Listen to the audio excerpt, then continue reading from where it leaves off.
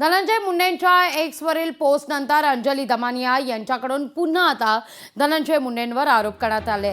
त्यांनी GRXवर पोस्ट करत प्रश्न विचारलेले आहेत। 23 सप्टेंबरला ही मंजुरी नव्हती आणि 30ला ही नव्हती। तब्बल 200 कोटींचा घोटाळा केल्याचा आरोप त्यांनी केलाय। मंत्री धनंजय मुंडेंनी GR काढण्याकरता पत्र लिहिलं आणि पैसे वर्ग करण्याचे निर्देश दिल्याचा आरोप दमानिया करतायत। मंत्री धनंजय मुंडे हे पत्र लिहून GR काढावा आणि पैसे वर्ग करावे असे निर्देश देतात।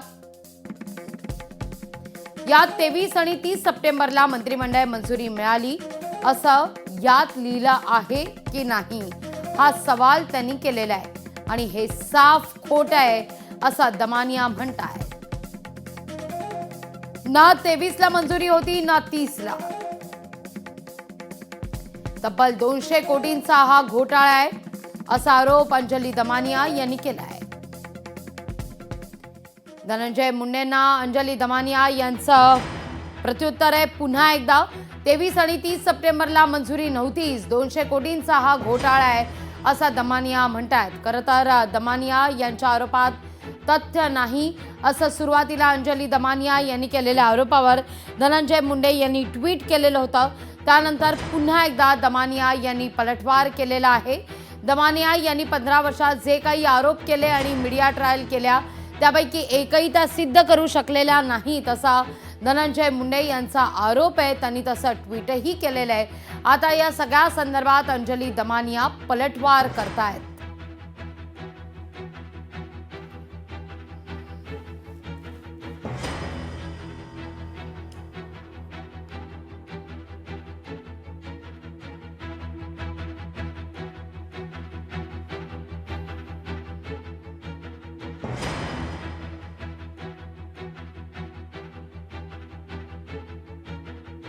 अंजली दमानिया खोट्या माहितीच्या आधारे खोटं बोलतायत असा आरोप सुरुवातीला आता धनंजय मुंडे यांनी केलेला होता। धनंजय मुंडेंचा अंजली दमानिया यांच्यावर आरोप आहे। शासकीय प्रक्रियेनुसारच GR काढण्यात येतो असं आता धनंजय मुंडे म्हणतायत। नसलेली गोष्ट भासवून सिद्ध करण्याकरता प्रेस कॉन्फरन्स होती का हाही सवाल त्यांनी उपस्थित केलेला आहे।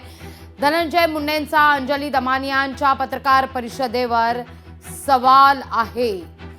अंजली दमानिया खोट्या माहितीच्या आधारे बोलतायत असं देखील धनंजय मुंडे म्हणतायत।